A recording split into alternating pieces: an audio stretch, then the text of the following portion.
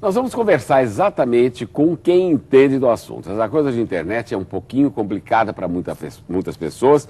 Muita gente entende, outros não entendem. São detalhes, mecanismos, ferramentas novas. E é uma loucura, porque cada dia você abre a internet, é uma novidade, cada hora chega uma coisa e atualiza isso, e reatualiza, e faz e não sei o quê.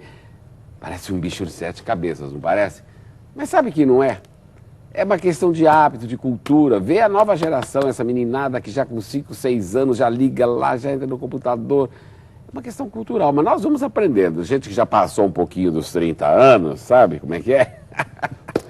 E exatamente por isso, e para falarmos hoje dessa presença maciça das empresas na internet, nós convidamos o Alex Andrade Silva, que é consultor de marketing digital. Exatamente. Que prazer recebê-lo aqui, Alex. Prazer é meu. Você é campineiro ou não? Eu sou americanense, mas amo Campinas. Americana é a amo nossa Campinas, vizinha aqui do lado, né? Nós somos aqui da região próspera, né? É verdade. Adoro aqui. Mas olha, Alex, essa coisa de internet realmente me deixa às vezes um pouco preocupado, porque é tanta novidade, não? Como tem novidade. E justamente é esse mercado que seduz as empresas, Alex? Olha, você comentou de um assunto aí a respeito dessa questão, dessa meninada que está vindo. É. Eu vou contar uma historinha para você, bem rápida. Vamos imaginar o seguinte, século XIX, quem tinha terra tinha poder. Século XX, quem tinha indústria. Século XXI, quem tem informação. Essa meninada que você comentou, eu costumo dizer que é a geração Y. O que é a geração Y? A geração Y é aquela geração de adolescentes que estão já inseridos nesse mercado digital e que isso para ele é normal. E que às vezes vai ter até alguns problemas, por exemplo, entre o dono da empresa, o diretor da empresa, às vezes com o filho, né? Porque o filho vem com a ideia de que a empresa do pai deve estar na internet, porque aquilo é normal, está dentro do DNA dele, e o pai bate de frente falando que não é o momento. E na verdade, essa meninada, que é essa geração Y que nós chamamos, que é o pessoal Por que que... Y? Olha, dizem que é porque é o seguinte, porque o formato de Y, ele aponta para vários locais ao mesmo tempo. E pensando nisso, esse pessoal não tem muita regra.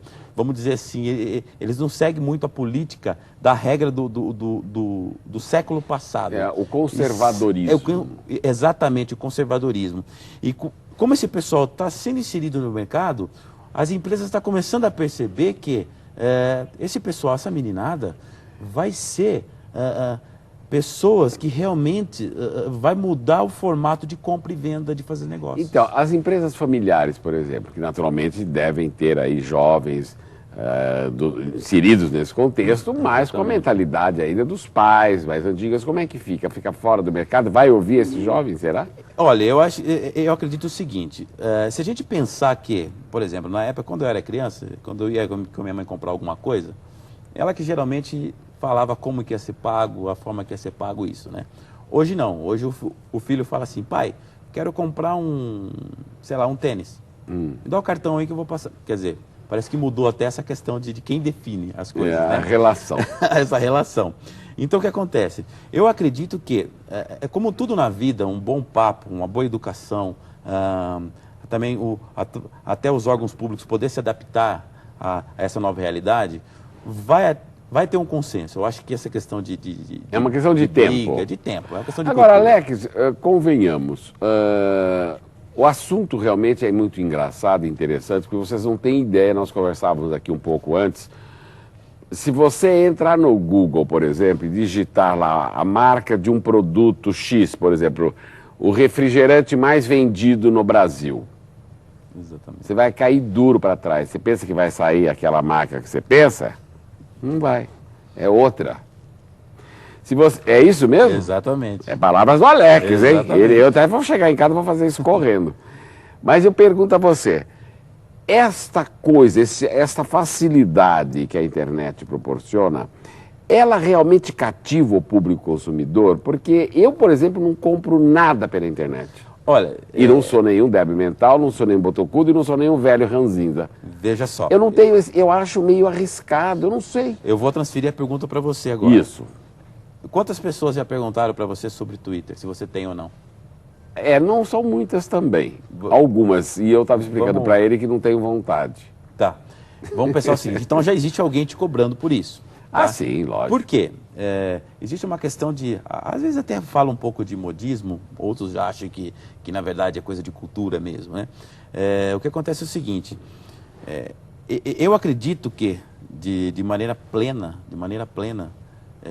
sem ter dúvida, até mesmo no meu coração, com fé realmente, é que existe realmente uma forma de você se comunicar através da internet. E a melhor forma de você se comunicar na internet e você conseguir trazer para você, o consumidor, vamos pensar o seguinte, as pessoas, elas compram por dois motivos, busca de prazer e fuga da dor. Por exemplo, por que você compra perfume? Para buscar prazer. Por que você vai ao dentista? Para fugir da dor.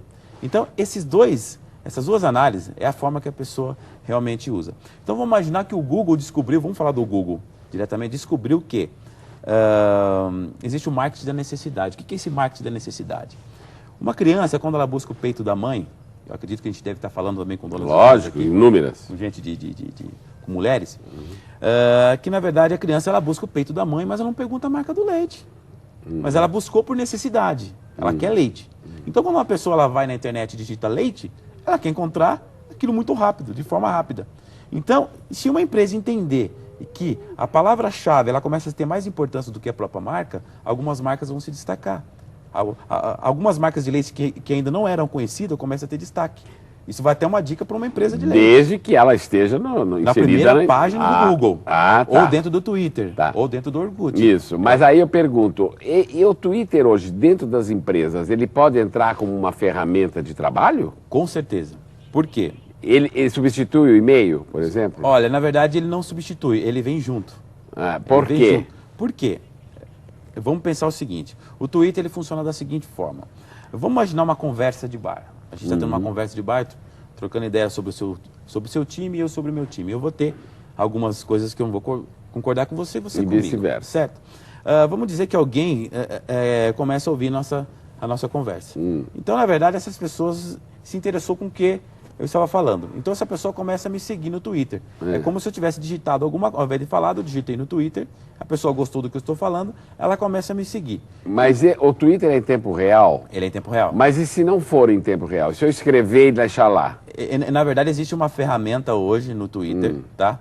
Que se chama-se Twitter Letter. Ou seja, você pode escrever um Twitter depois, vamos supor, você quer escrever um negócio eu saio daqui e vou deixar a mensagem lá. Você deixa a mensagem lá, mas você fala o horário que você quer que apareça. Para as pessoas que estão vendo, eu estou imaginando que aquilo é em tempo real. Tá. Tudo imagina que é tempo real.